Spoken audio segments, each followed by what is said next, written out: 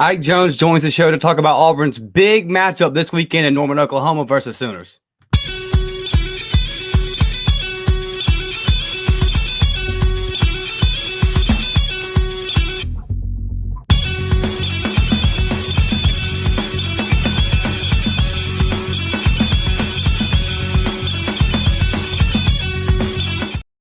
Let's go. What's up, everybody? Welcome to the Uptempo Podcast. As always, I'm your host, Dustin Smith, joined by a special guest, my guy, Ike Jones from the Rapport, in the building to talk about Auburn's SEC opener in Norman, Oklahoma, Jackson Arnold's return to Norman, Oklahoma. There's a lot to talk about, Ike, and unfortunately, this is just the first of many ranked opponents. Auburn's next 4 opponents for Auburn are all ranked. So we got a lot to talk about, man. Haven't talked to you on camera since before the season. So want to start here, buddy. We're 3 games in. Good road test at Baylor and then 2 G5 teams at home. Just kind of looking at Auburn as a whole overall, has there been anything that surprised you from this team? And is there what do you like about what you've seen so far? Yeah, I'll start with the positives, right? Because I think it's easy to jump to the negatives when you are expecting a disaster. So you're just like, oh no, these are the things that are terrible. And if they don't improve, we're going to lose every game. And that seems to be a very popular sentiment around Auburn circles, is just like figuring out what's wrong. But I'll start with the things that I do like. I do think that Jackson Arnold has played well so far, right? He's protected the football. He's still got ball security issues that need to be cleaned up. But I think that he's made good decisions in the RPO. The vast majority of the times he's had to make those decisions, I think he's been fairly accurate with the football when he's thrown it out there. If not for some drops in that last game, I think his season completion percentages would be in the 70s right now.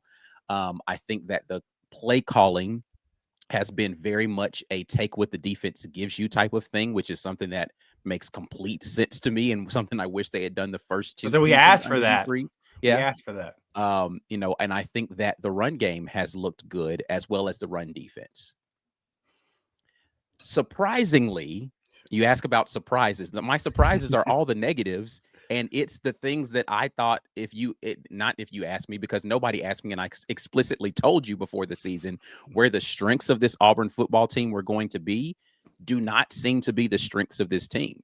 And I'll start on the defensive side, and the most glaring is these DBs just aren't playing competitively. They're not really asked to play one-on-one very much. So they're not just getting beat, but the zone concepts that they're running and the missed assignments are happening too frequently in the defensive backfield, number one. And then the tackling has not been where it needs to be for those guys. And so it makes for plays in which, even if you played it properly, it becomes a bigger play because you don't make the tackle when you do get there, right? And so it makes it a difficult thing to watch. Yeah. And then on the offensive side, you thought the strength of this team was going to be this talented core of receivers. And I mean, frankly, it's been disappointing, not because I don't think that the receivers are playing well, but literally for whatever reason, every single defense is just like, no, we're not going to let you beat us with those receivers. Like, it seems as if defensive coordinators listen to Auburn podcasts the entire offseason and we're like, Auburn's receivers are dangerous. Auburn's receivers are dangerous. So they're just like, nope, you're not going to beat us with that. And Auburn's being forced to be more patient. Something that Hugh Freeze admittedly has not done well in his career, but doing a very good job through 3 games. So let me ask you this. I've listened to a lot of different national people this week talking and previewing this Auburn versus Oklahoma matchup. And one of the big concerns is, and as the week has gone on, you've seen those same people all kind of lean towards Oklahoma. I don't see a whole lot of people giving Auburn much of a chance. But one of the main talking points that I've heard, Ike, is people saying, well, Auburn's in the 100s in explosive passing plays. They're just not stretching the field. It's all underneath stuff. It's all within 10 yards. And yeah, they can run the ball, but can they stretch the field? So my question to you is how much of that is Auburn is not able to do it? And how much of that is Auburn, like you said, is just taking what's being given? Like in the Baylor game, why would Auburn have to have a bunch of explosive passing plays if you're just running it for 8-9 yards a carry? Like, where do you kind of sit in that whole discussion?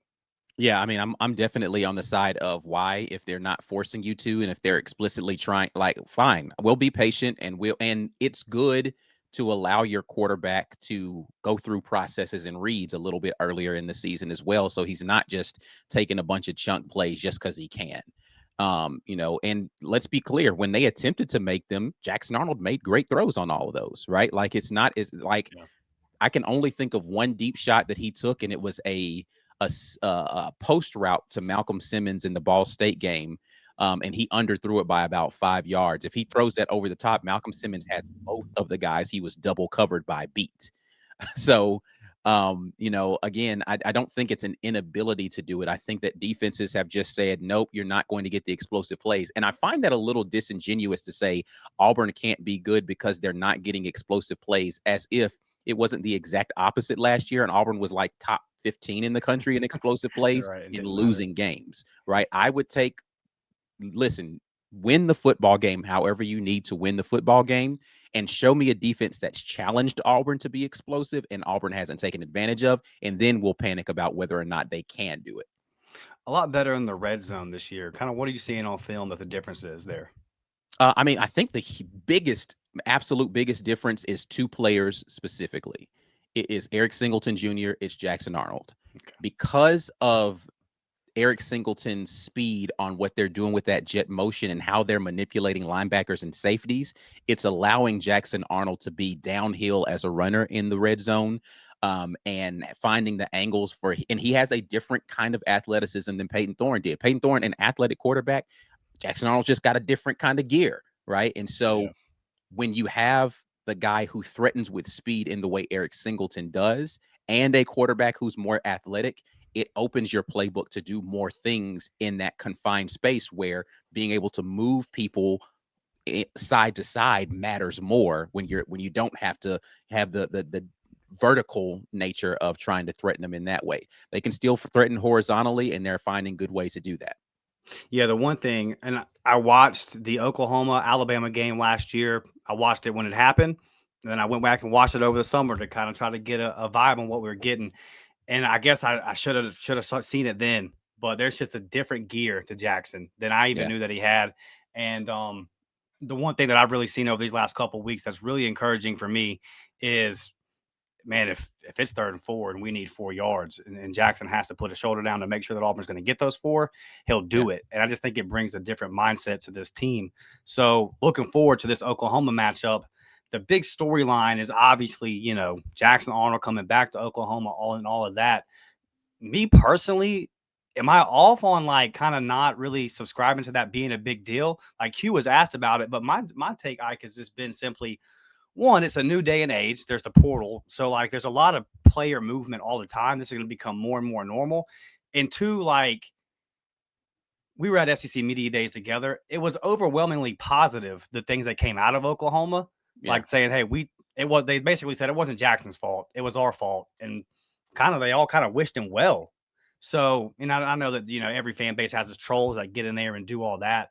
But like, am I off in saying that like really Jackson just focuses on Jackson and focuses on Auburn? And this is kind of low hanging fruit, but it's to me, it's not that big of a storyline. Am I missing that? I mean, I think it is not going to they're trying to not make it a big deal conversationally. It is an easy storyline to pluck at, and it's one I think that's worthy of the conversation.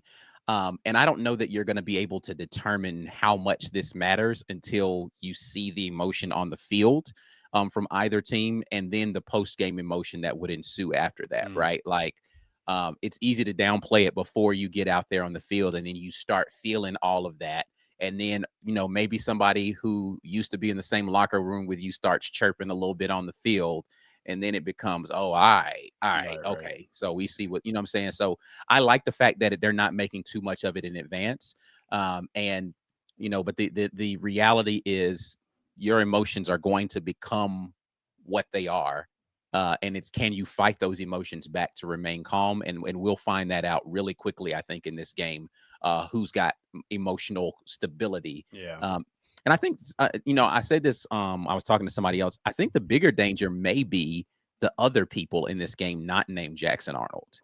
Okay. Whether or not his teammates are going to go out here and be like, yo, we're going to get this one for you, Jackson, da da Mm. da. And they start doing too much and getting penalties and all this kind of stuff because they're fired up. Whether he's fired up or not, if he's a leader and they're trying to embrace him, they're going to go out there and try to get this dub for him. And they need to keep their emotions under control as well. Yeah, that's a good point I haven't thought about. I guess for me, I feel like it'll be talked about, and then the ball will be kicked off, and a couple drives in, it's going to be 2-3-0 SEC teams fighting it out, trying to get to 4-0. Yeah. And maybe I'm off on that. I mean, I Um, think that's probably what it will be after the yeah, first couple of series and everybody calms down. It's like, all right, bro, like, cool. We got to go win a football game now. Let's get calm down. You got it out of your system. Let's go play football. yeah, and it's not like it's the same offensive staff over there, right? It's not like they said Jackson Arnold wasn't good enough for us. There's no way he can succeed. We're Right. kicking him out. It wasn't that scenario. It was just, hey, this all fell apart. We're bringing in this guy, and he's bringing his quarterback down with him, and you need to move on somewhere else. So it just, to me, it doesn't necessarily have that we gave up on you type feel, that nastiness to it.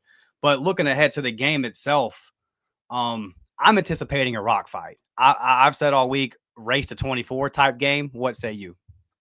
Yeah. I mean, I think looking at the way both of these teams are comprised, they're very similarly built in terms of, dynamic quarterback that has the dual threat ability. You've got uh, really good pass catchers, right? I think, Oklahoma probably leans a little bit more on their slot, who would be an Eric Singleton kind of guy, and a tight end, as opposed to, the slot and then, outside receivers. And then defensively, you've got very stout athletic units that are out there being very stingy so far this season. So yeah, it has all the classic makings of a late fourth quarter who flinches first type of thing. Yeah, for sure.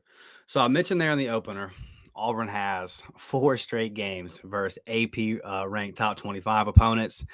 And, Vanderbilt looking strong over there. I know 35-7 versus South Carolina and Arkansas. They do have an explosive offense. There's not a lot of easy games left on the schedule, but specifically looking at these next 4, where you go to Oklahoma, then to A&M, you have Georgia and Missouri coming at home.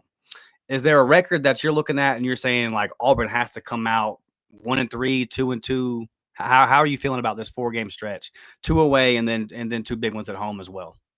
I mean, I've thought from the beginning of the year, in these first 3, that they need to get at least one of them, right? So, whether it is Yeah. this one versus Oklahoma or the one versus Texas A&M feeling like the more likely of them.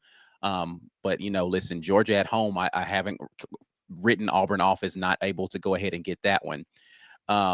But I feel as if you're asking me about those 4, I think you need to get 2. 2 of the 4 puts you in a good position where, and if you think about, expectations preseason, you've won 3 games already.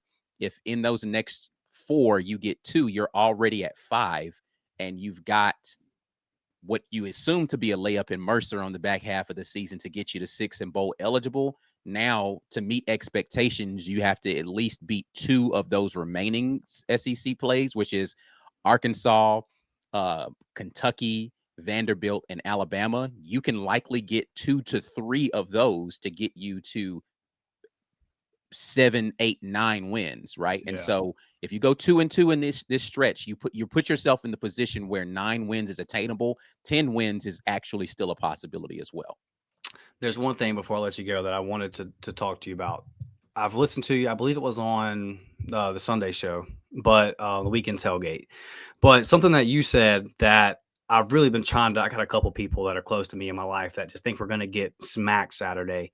Hmm. And there's something that you said that has kind of I want to get across to people. Is you said everyone, or not everyone, but a lot of people, they always, when they're predicting these matchups, they're always predicting that the other team is playing at its absolute best Right. and Auburn's playing at its absolute worst. And I heard you say that. And I was like, dude, you're so right. I have a habit of doing that as well. But when you watch all these games every single Saturday, more so than ever, dude, I see an SEC that's wide open. I see a bunch of imperfect teams. Right. I mean, every Texas, the preseason favorite. I mean, they had Arch Manning 10 straight incompletions. Yes, Georgia pulled out a big win at Tennessee, but you can make the argument that's not a Kirby Smart defensive performance. Like, I just all these teams look imperfect, and it's Right. doesn't it feel like it? Does it feel? This is kind of where I'm going with this. Is that we had all these discussions about NIL and about transfer portal and about how that is making college football more and more like the NFL, right? And the Right. NFL is a league of parity, where every single week in the NFL, like you can get beat because the Yeah. gap between the teams, the worst teams in the league and the best teams in the league, are not. It's just not that big a gap, man. I Right. mean, the Lions went 0-16 back in the day, and I think like 13 of those losses were by a touchdown or less. And so and I'm watching this every single week in college football. I'm like, I think we're going more towards that, Ike, where every Yeah. single Saturday could just be its own Saturday. Every game could be more about just matchups. I don't see anybody steamrolling the way through like Saban did for so long, and then the way that Kirby kind of did for the first half of his career. And that gives me hope too, where I'm like, man, Auburn's just as talented as all these other teams. Do you think the SEC is just going to kind of cannibalize itself here, and you're going to have a bunch of like 7 to 9 win teams at the end of it? Because that's where I think it ends up. It's definitely possible, man. I don't think that's outside the realm of possibility that you have a bunch of teams that are hovering around the same record, and then it opens up this conversation about, that we're back into this strength of schedule type of thing again with the SEC. And I find it hard to believe anybody gets through this unscathed unless you're really lucky. Like it's going to have to be like every bounce of the football goes your direction, every crazy call goes your way. It's going to be raining on the right night. Like you're going to have a bunch of circumstances that lead to you getting through this gauntlet that is the SEC and not have a couple of dings. And this is the reason why the SEC is a different kind of league than everywhere else, because you can lose in these other conferences if you don't bring your A game. You will lose if you don't bring your A game and that's the difference. Like there's not a team on Auburn's schedule right now, except for maybe Kentucky, the way that they're playing right now, where you can say to yourself, we can bring our B game and still get out of here with a win. Vanderbilt included. You bring your B game, you take that B game up to Nashville this year, you're going to walk away with an L, because Vandy believes in themselves and they've got a quarterback. And that's like that's literally like 60% of how you win in college football is belief in having the right guy as the signal caller. Um, so yeah, I mean, I do think that you're going to have a bunch of 7-5, 8-4 teams, right there in the middle of the mix by the time the season's over with. Yeah. All right, so that'll be fun to see. If that plays out that way, where does Auburn fall? I think it gives Auburn a big opportunity. There's not a game left on the schedule that I look at and say Auburn doesn't have a shot. Yeah. There's also not a game that I look at outside of Mercer where I say like Auburn could lose this game. I mean, Kentucky and Mercer, you should handle them, but I just see if we were redoing toss, Boston, loss, I see a whole bunch of toss the rest of the way out, and I see Yeah. that for the entirety of the SEC, man. Good stuff. I appreciate you joining me, buddy. What do y'all have going on the rest of the week over there at the Warboard?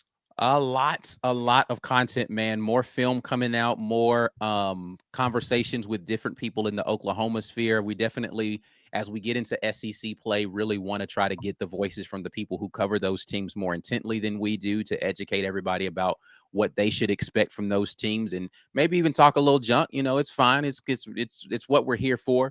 But we're going to have a lot of that stuff coming out this week, so make sure that you are tuning in for it. Are you ready to give a prediction yet? Or are you waiting until the end of the week? No, I mean, so I've given a prediction once before, and I feel like my prediction changes every day. So I'll give you my prediction for this time, All right. because as I look at more September film, 17th. This is when we're yeah, recording this. as I look at more film and I kind of dig into stuff, it changes my perception on Yeah. things. Um, I still think it's going to be a very close game, but give me and listen, if you know me, I'm gonna always go in. If it's down the middle, I'm gonna lean in the direction of my guys. So I'm gonna take Auburn with a 28-24 win in Cool. this one. And they're gonna struggle to get to 28, right? Like I think it's gonna have to be a late touchdown to even get them Mm. there. But give me 28-24 Auburn. And man, if we leave Norman scoring 28, getting a win, I'll feel really good about this team moving forward. I don't have a prediction yet for Saturday, Ike, but I do think Auburn splits. I do think Auburn of these next two. I do think Auburn gets to that Georgia game 4-1. I feel good about that. So, Yeah. all right, man. Well, that's going to wrap it up for this episode. Be back Friday morning, 9 a.m. The official preview for the game will drop. Thank you all for joining me. Do me a favor, smash that thumbs up button, sub to the channel if you haven't done that already. If you're listening on Spotify, Apple, go ahead and leave a 5-star review. Turn on your notifications and all that good stuff over there. Y'all have a good week, man. It's Ward Amigo. I'll see you on the next one. We're out.